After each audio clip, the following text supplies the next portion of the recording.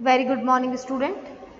Management of principle यानी कि प्राप्यों के प्रबंधन पार्ट 2 में आज हम आपका एक दूसरा टॉपिक लेकर आए हैं इस चैप्टर का। ठीक है, प्रीवियस वीडियो में आपने देखा रिसिबल का मीनिंग क्या होता है। ठीक है, साथ ही हमने बेनिफिट या ऑब्जेक्टिव कह सकते हैं रिसिबल्स का और क्या क्या कॉस्ट होती है और क्या रिस्क होती है उसके बारे में हमने बात की।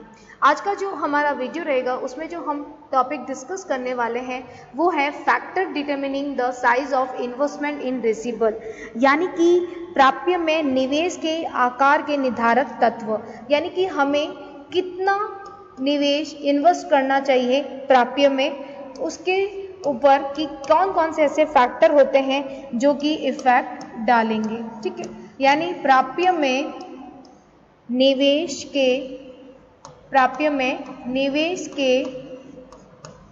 आकार के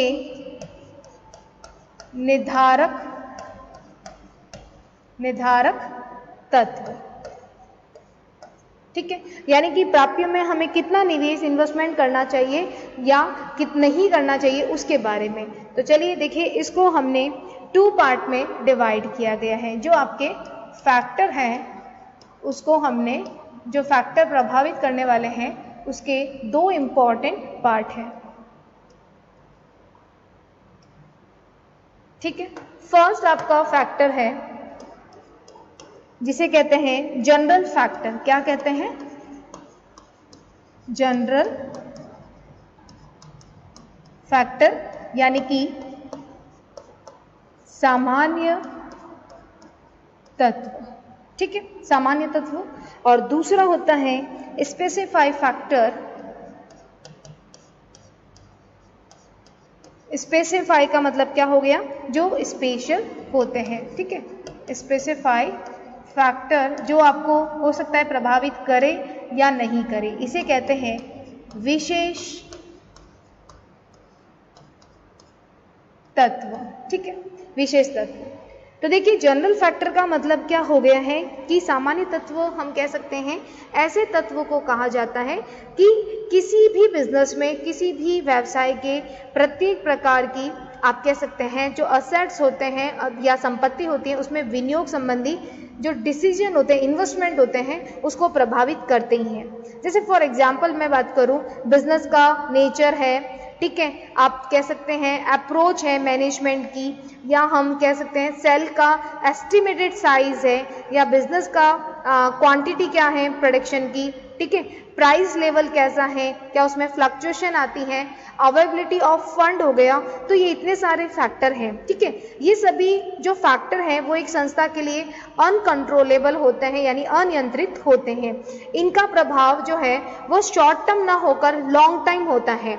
यानी ये जितने भी फैक्टर होते हैं जो हम कह सकते हैं सामान्य फैक्टर जो हैं, इनका जो आप कह सकते हैं इफेक्ट है वो लॉन्ग टाइम पीरियड के लिए होता है, यानी हम कह सकते हैं लॉन्ग टर्म। तो ये जो हमें प्रभावित करेंगे ये दीर्घकाल प्रभावित करेंगे, दीर्घकाल तक प्रभावित करेंगे। इसके फॉर एग्जांपल मैं आपको बता देती हूँ, प्राइस लेवल आप लिख सकते हैं। साथ ही प्राइस लेवल के साथ में बिजनेस का जो आप कह सकते हैं नेचर है वो इफेक्ट करेगा, ये लॉन्ग टाइम इफेक्ट करेंगे सारे फैक्टर। ठीक है, रिसिबल। उसके साथ ही अगर मैं आपको बताऊं कि इकोनॉमिक कंडीशन है, ठीक है, जनरल इकोनॉमिक कंडीशन हो गया, या आपका आप कह सकते हैं कि एस्टिमेटेड सेल्स हो गई, एस्टिमेटेड सेल हो गई, तो ये इसके आप कह सकते हैं एग्जाम्पल है। ठीक है, बिजनेस का या बिजनेस में आप कह सकते हैं व्यवसाय की मात्रा, कितनी क्वांटिटी है, ठीक है, प्रोडक्शन की, वो आपको इफेक्ट कर सकती है। साथ में जो मैनेजर होते हैं उनकी क्या सोच है, वो सारे के सारे कह सकते हैं मैनेजर की जो अप्रोचेज रहती हैं वो भी क्या करेगी, इन्हें प्रभावित करेगी। तो जनरल फैक्टर वो फैक्टर हो गए हैं जो दीर्घकाल तक, लॉन्ग टाइम तक इफेक्ट करते हैं बिजनेस को। इसमें एग्जांपल है प्राइस लेवल, बिजनेस नेचर, व्यवसाय का प्रकृति, आपकी विक्रय की अनुमानित व्यवसाय की मात्रा, ठीक है, और आप कह सकते हैं कि जो प्रबंधक हैं उनका दृष्टिकोण हो गया, इकोनॉमिक कंडीशंस आ सकती है इसमें एग्जाम्पल। तो ये सारे के सारे जनरल फैक्टर के एग्जाम्पल रहेंगे। जो मेन है वो है स्पेसिफाइड फैक्टर, यानी जो विशिष्ट आप कह सकते हैं तत्व। ये जो फैक्टर होते हैं ये शॉर्ट टाइम इफेक्ट डालते हैं, यानी कि अल्पकाल कह सकते हैं, शॉर्ट टाइम इफेक्ट। ठीक है, शॉर्ट टाइम इफेक्ट का मतलब हो गया कि आपके ये दीर्घकाल प्रभावित नहीं करेंगे, ये कुछ समय के लिए प्रभावित करेंगे, ये आपको ध्यान रखना है।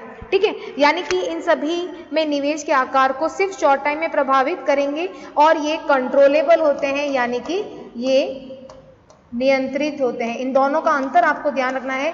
इट्स अ कंट्रोलेबल, कौन सा, स्पेसिफाइड फैक्टर, और शॉर्ट टर्म से रिलेटेड होगा, जबकि ये क्या होता है, लॉन्ग टर्म होता है, और साथ ही साथ ये अनियंत्रित होता है, अनकंट्रोलेबल होगा। ये आपको ध्यान रखना है इन दोनों पॉइंट में। क्लियर है?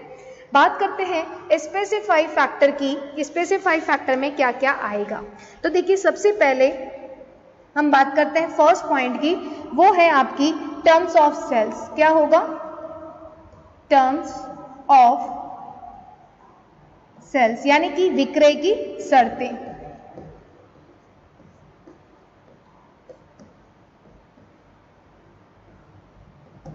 अब देखिए, अगर आपने, यदि संस्था उधार माल बिल्कुल भी नहीं करती है तो वहां पे रिसीवेबल होगा क्या? नहीं होगा। क्लियर है? यानी कि जितना ज्यादा आप क्रेडिट सेल्स करेंगे उतना ज्यादा आपके रिसीवेबल्स होंगे, ये आपको पता होनी जरूरी है। ठीक है, अगर आप कैश में सेल करते हो तो कैश में सेल करने पर रिजल्ट क्या आएगा? No receivables. ठीक है, ये आपको ध्यान रखना है। विक्रय की शर्त का पहला क्या हो गया? या तो उधार विक्रय करोगे या नगद विक्रय करोगे। क्लियर है? इसमें 2 पॉइंट आपको ध्यान रखना है। सेकंड बात करते हैं 2 वॉल्यूम ऑफ क्रेडिट सेल, उधार विक्रय की मात्रा। आप कितना उधार बेचते हैं, यहां पे थी टर्म्स कंडीशन, दोनों पॉइंट में डिफरेंस है, ध्यान रखिएगा। The volume of credit sales. ठीक है, अब वॉल्यूम ऑफ क्रेडिट सेल्स में हम क्या कह सकते हैं इस पॉइंट में? देखिए, वॉल्यूम ऑफ क्रेडिट सेल्स का मतलब होता है उधार विक्रय की मात्रा। क्या हो गई? उधार विक्रय की मात्रा।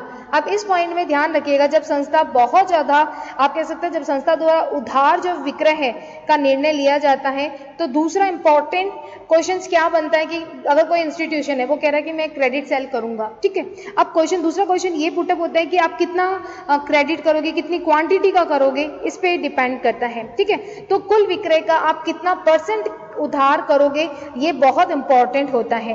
यानी प्राप्य में निवेश के स्तर या उधार विक्रय की मात्रा में प्रत्यक्ष धनात्मक संबंध होता है, पॉजिटिव रिलेशन बिटवीन जो हम इन्वेस्टमेंट करते हैं आपके रिसीवेबल में और क्रेडिट सेल में। यानी कि जितना आप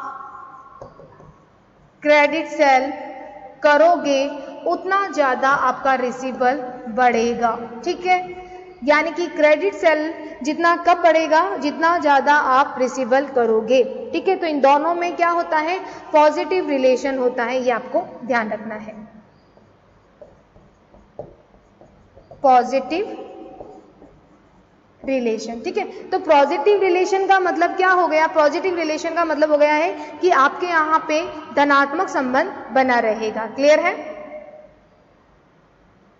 तो ये सेकंड पॉइंट क्या कह रहा है? Positive relation between credit sales and receivable. जितना ज्यादा आप उधार बेचोगे उतने ज्यादा आपके रिसीवेबल्स बढ़ते जाएंगे। ठीक है, और जितने कम आप उधार बेचोगे उतने आपके कम रिसीवेबल होते रहेंगे, ये आपको ध्यान रखना है। तो जैसे जैसे आपने क्रेडिट सेल बढ़ाया वैसे वैसे आपके रिसीवेबल बढ़ते जाएंगे, ये इंपॉर्टेंट है जो आपको ध्यान रखने हैं। देखिए, stability of sales, stability of sales यानी कि आपके विक्रय में स्थिरता। यानी कि देखिए, यदि संस्था सीजनल के अकॉर्डिंग काम करती हैं, जैसे फॉर एग्जांपल आप देखते हैं आइसक्रीम हो गया, ठीक है। तो मौसम, जो स्पेशल मौसम होंगे उसमें आपकी उधार विक्रय बढ़ेगी और आपके रिसीवेबल्स बढ़ेंगे। तो स्टेबिलिटी ऑफ सेल्स का मतलब क्या हो गया है कि आपके बिजनेस के ऊपर डिपेंड करेगा, बिजनेस के नेचर के ऊपर डिपेंड करेगा, ठीक है। बिजनेस के नेचर के ऊपर डिपेंड करेगा, बिजनेस की प्रकृति कैसी है। अगर सीजनल है, यानी जिस सीजन का आपका बिजनेस है, जैसे फॉर एग्जांपल समर है, ठीक है, गर्मी का है, तो आइसक्रीम का बिजनेस है, तो वहां पे आपके जो है प्राप्य में इन्वेस्टमेंट बढ़ेगा, यानी कि आप ज्यादा से ज्यादा क्रेडिट सेल करोगे और आपके रिसीवेबल बढ़ेंगे, ठीक है। तो ये सीजनल है, सीजनल होने के कारण आपकी क्रेडिट सेल बढ़ेगी और क्रेडिट सेल बढ़ने से आपके जो रिसीवेबल्स हैं उसमें इन्वेस्टमेंट क्या होगा, बढ़ेगा। ये आपको ध्यान रखना है, ठीक है। तो ये 3 इंपॉर्टेंट पॉइंट है। तो ये थर्ड पॉइंट था स्टेबिलिटी ऑफ सेल्स, यानी कि जो विक्रय है उसमें स्थिरता लाई जाती है, ठीक है। अब मैंने आपको बता दिया है कि बिजनेस की नेचर के ऊपर डिपेंड करेगा। सीजनल अगर है, अगर मतलब सीजनल मतलब मौसम के अनुसार है, तो वहाँ पे क्रेडिट सेल ज़्यादा होगी और रिसीवेबल भी ज़्यादा होंगी। क्लियर है। बात करते हैं फोर्थ पॉइंट की। तो देखिए फोर्थ पॉइंट क्या कह रहा है आपका। फोर्थ पॉइंट है आपका credit policy of the firm, यानी कि आपकी साख नीति कैसी है। Credit policy of the firm, ठीक है, यानी कि आपकी संस्था की साख नीति कैसी है, इसके ऊपर भी डिपेंड करता है आपके रिसीवेबल, ठीक है, यानी कि संस्था की साख नीति, ठीक है। अब देखिए इस पॉइंट में हम कह सकते हैं इंपॉर्टेंट क्या है, अगर जो संस्था है वो कौन सी पॉलिसीज अपनाती है। आप जानते हैं 2 तरह की पॉलिसीज हो सकती हैं। एक हो सकती है आपकी लिबरल, जिसे हम कहते हैं उधार साख नीति, यानी कि यहाँ पे जो रूल्स और रेगुलेशन होंगे वो इतने टफ नहीं होंगे। क्लियर है आपको, यानी कि जो भी नियम बनाए जाएंगे वो इतने टफ नहीं बनाए जाएंगे, लिबरल आपके लिए रखा जाएगा पॉलिसीज में। एक हो सकती है टाइट कह सकते हैं, स्ट्रिक्ट पॉलिसी कह सकते हैं, कठोर नीति, कठोर नीति, ठीक है। लिबरल हो गई, टाइट हो गई। अब देखिए यहाँ पे अगर लिबरल पॉलिसी है तो आप ध्यान रखिएगा कि लिबरल पॉलिसी होने के कारण यहाँ पे जो BR रहेगा, यानी कि आपके जो बिल्स रिसीवेबल रहेंगे वो ज़्यादा रहेंगे, क्योंकि आप ज़्यादा उधार नीति अपनाओगे, रिकवरी टाइम पे नहीं हुआ, तो ये सारा का आप कह सकते हैं बिल्स रिसीवेबल ज़्यादा रहेंगे। जबकि इसमें जो आपका बिल्स रिसीवेबल रहेगा कठोर नीति में, उसमें कम रहेगा। ये आपको ध्यान रखना है। यानी कि जो इंस्टीट्यूशन है वो कैसी पॉलिसीज को फॉलो करता है, लिबरल है या टाइट, उस पर भी हमारे जो रिसीवेबल्स होते हैं उनमें इन्वेस्टमेंट का कह सकते हैं इफेक्ट पड़ेगा। अगर संस्था लिबरल पॉलिसी फॉलो करती है, यानी उधार साख नीति अपनाती है, तो वो अपने कस्टमर को बहुत इजी कंडीशन में क्या करेगी, फैसिलिटीज प्रोवाइड करेगी, यानी बहुत आसान शर्तें होगी, जो कंडीशंस होंगे वो बहुत ही इजी रहेंगे। इससे क्या होगा, इससे संस्था की सेल तो बढ़ेगी, ठीक है, लेकिन सेल बढ़ने के साथ साथ आप कह सकते हैं जो रिसीवेबल हैं वो भी बढ़ेंगे। और जबकि इसके अगर हम ऑपोजिट बात करें स्ट्रिक्ट पॉलिसी की, तो ध्यान रखिएगा स्ट्रिक्ट पॉलिसी का मतलब क्या हो गया, कठोर नीति। अब कठोर नीति में क्या होगा कि संस्था की जो सेल है वो नहीं बढ़ेगी। अगर सेल नहीं बढ़ेगी क्योंकि बहुत ज़्यादा स्ट्रिक्ट पॉलिसी होगी कि हम उधार नहीं बेचते, ठीक है, तो इसमें संस्था की आप कह सकते हैं कस्टमर्स हैं वो सेटिस्फाइड नहीं होंगे, हो सकता है उसकी वजह से यहाँ पे रिसीवेबल कम हो।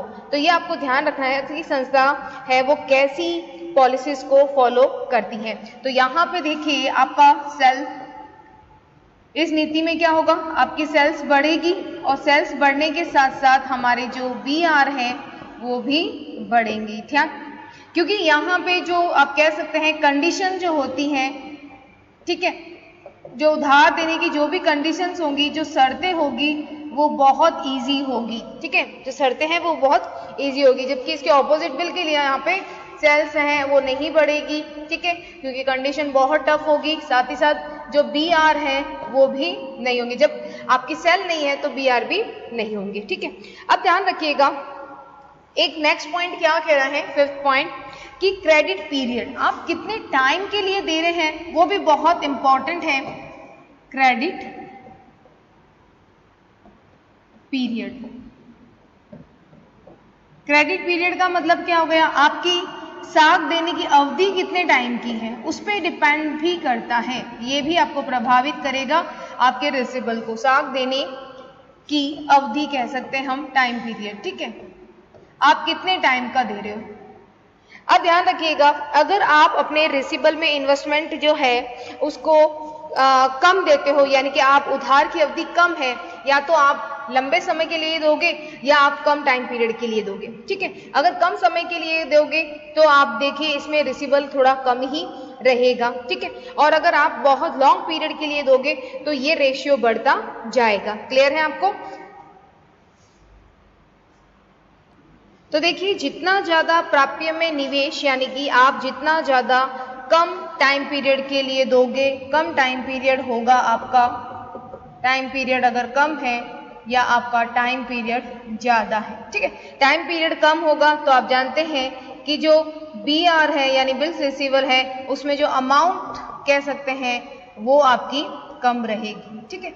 जबकि इसमें क्या होगा, अगर आपका टाइम पीरियड ज्यादा है तो आपका जो बिल्स रिसीवेबल रहेगा उसमें आप कह सकते हैं ज्यादा अमाउंट का इन्वेस्टमेंट होगा, यानी कि उधार की अवधि जितनी कम होगी प्राप्य में निवेश उतना ही कम होगा, ये आपको ध्यान रखना है, ठीक है।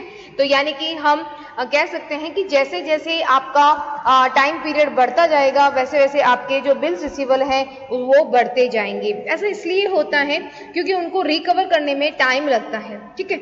यानी कि अगर आप देखते हैं कि वापस हम जो रिकवर करेंगे कि जो हमने उधार माल बेचा है उसकी रिकवरी करनी होगी, तो रिकवरी का टाइम पीरियड अगर आपका लंबा है तो जाहिर है कि BR क्या होंगे, जो BR है वो ज्यादा होंगे।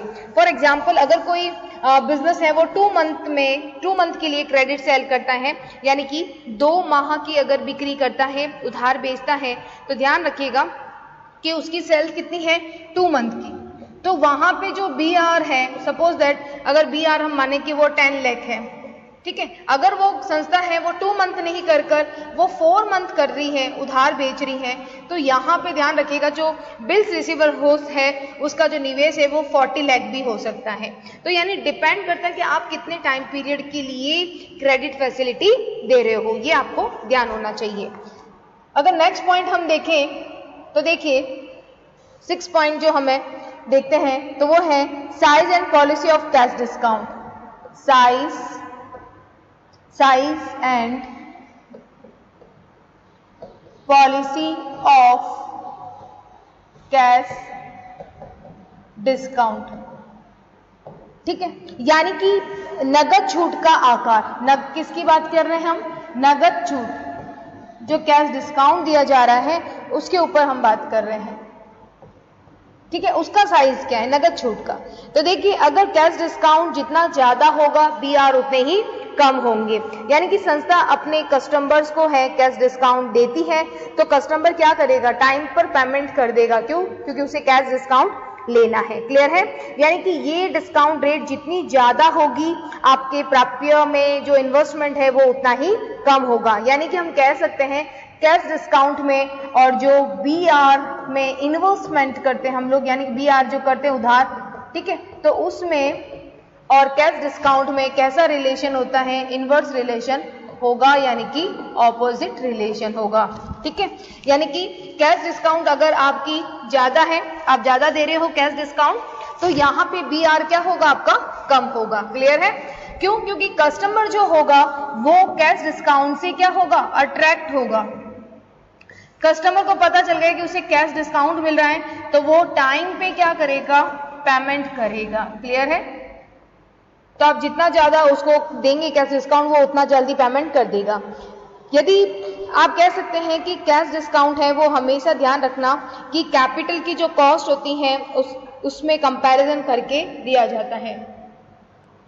ध्यान रखिएगा, एक पॉइंट तो आपको इसमें ये रखना है, एक रखना है ये, और एक इंपॉर्टेंट पॉइंट है आपको हमेशा कैपिटल कॉस्ट यानी पूंजी की जो लागत होती है उससे कंपैरिजन करके कैश डिस्काउंट देना है। अब ये क्या होता है, ध्यान रखिएगा, अगर कैपिटल कॉस्ट है वो आपकी कैपिटल कॉस्ट सपोज दैट आपकी कम है, कैपिटल कॉस्ट क्या है आपकी कम है, तो ध्यान रखिएगा कैपिटल कॉस्ट कम है और आप कैश डिस्काउंट ज्यादा दे रहे हो तो ये आपके बिजनेस पे अनफेवरेबल इफेक्ट यानी अनफेवरेबल कह सकते हैं, अनफेवरेबल प्रभाव यानी कि जो आपके प्रतिकूल प्रभाव है वो पड़ेगा। ठीक है, अब ऐसा क्यों? आप अपना अरेंजमेंट कैपिटल से कर सकते थे जिसकी कॉस्ट कम थी, लेकिन आप कस्टमर को डिस्काउंट देकर रिकवरी कर रहे हैं। ठीक है, यानी कैपिटल कॉस्ट आप अपना पैसे का अरेंजमेंट कहीं और से भी कर सकते हैं जिसकी कॉस्ट बहुत कम आ रही है, लेकिन आप क्या कर रहे हैं, आप वहां से पैसा अरेंज ना करके आप कस्टमर को कैश डिस्काउंट ज्यादा परसेंटेज दे रहे हो, तो वो अनफेवरेबल प्रभाव डालेगा, यानी कि जो प्रतिकूल प्रभाव है वो। ठीक है, अगर सपोज दैट इसके हम इनवर्स बात करें, इसके ऑपोजिट बात करें, तो ध्यान रखिएगा, अगर आपकी जो कैपिटल कॉस्ट है वो ज्यादा है और ये कैश डिस्काउंट है वो कम है, तो आपके कह सकते हैं फेवरेबल इफेक्ट लाएगा। तो ध्यान रखिएगा कंपैरिजन करके। ठीक है, कैपिटल कॉस्ट यानी कि अगर हम पैसे का अरेंजमेंट कहीं से करते हैं, हमें फंड चाहिए लेकिन हम वहां फंड लेकिन उसकी कॉस्ट ज्यादा आ रही है, तो हम क्या करेंगे, कैश डिस्काउंट दे देंगे, तो कैश डिस्काउंट देके हमारी रिकवरी जल्दी हो जाएगी। तो ये भी इंपॉर्टेंट पॉइंट है, size and policy of cash discount. ठीक है, एक और हम बात कर लेते हैं capability of credit department. Last point है इसका, आप कह सकते हैं कैपेबिलिटी का मतलब क्या हो गया, जो क्षमता होती है उसके ऊपर भी संस्था का जो है वो बिल्स रिसीवेबल है वो इफेक्ट डालेगा। ठीक है, कैपेबिलिटी ऑफ क्रेडिट जो डिपार्टमेंट है, अगर उसकी कैपेबिलिटी यानी क्षमता अच्छी है, किसकी,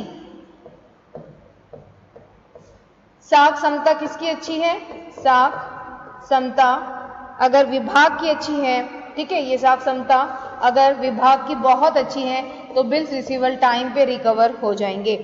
यानी कि अगर संस्था की दक्षता बहुत अच्छी है तो कस्टमर को जब भी क्रेडिट सेल देंगे तो उसकी चेक करेंगे, उसकी कह सकते हैं गुडविल को चेक करेंगे। ठीक है, उसकी कैपेबिलिटी, उसकी कस्टमर की जो एबिलिटी है यानी योग्यता है कि वो टाइम पे पेमेंट करता है या नहीं करता, वो चेक करेगा। तो इस तरह से टाइम पे रिकवर होगा। हम कह सकते हैं अगर आपका डिपार्टमेंट है वो कैपेबिलिटी उसकी क्षमता बहुत अच्छी है तो ध्यान रखना टाइम पे क्या होगा, रिकवर होगा। तो टाइम पे रिकवर होगा तो हमारा फंड का अरेंजमेंट टाइम पे हो जाएगा, यानी हमने उधार माल बेचा है। ठीक है, तो इस पे डिपेंड भी करता है। तो ये जो हमने डिस्कस किया था, ये हमने बात की थी सारे के सारे जो फैक्टर्स होते हैं उनके ऊपर। ठीक है, तो जो भी आप कह सकते हैं इंपॉर्टेंट फैक्टर थे उनके बारे में हमने बात की थी कि फैक्टर दो तरह के, जनरल फैक्टर और स्पेसिफाइड फैक्टर। स्पेसिफाइड फैक्टर में आपको ये सारे पॉइंट याद रखने हैं, इंपॉर्टेंट हैं। ठीक है, ये एग्जाम में काफी बार पूछ भी लिया जाता है, तो ये आपको ध्यान रखना है कि क्या क्या इंपॉर्टेंट फैक्टर हैं वो कह सकते हैं संस्था को प्रभावित करते हैं। ठीक है, तो ये था आपका कह सकते हैं फैक्टर अफेक्टिंग पे वीडियो। अब हम नेक्स्ट में फंक्शन देखेंगे कि बिल्स रिसीवेबल की क्या इंपॉर्टेंट मैनेजमेंट करने के लिए क्या क्या फंक्शंस होते हैं उसके बारे में। Thank you.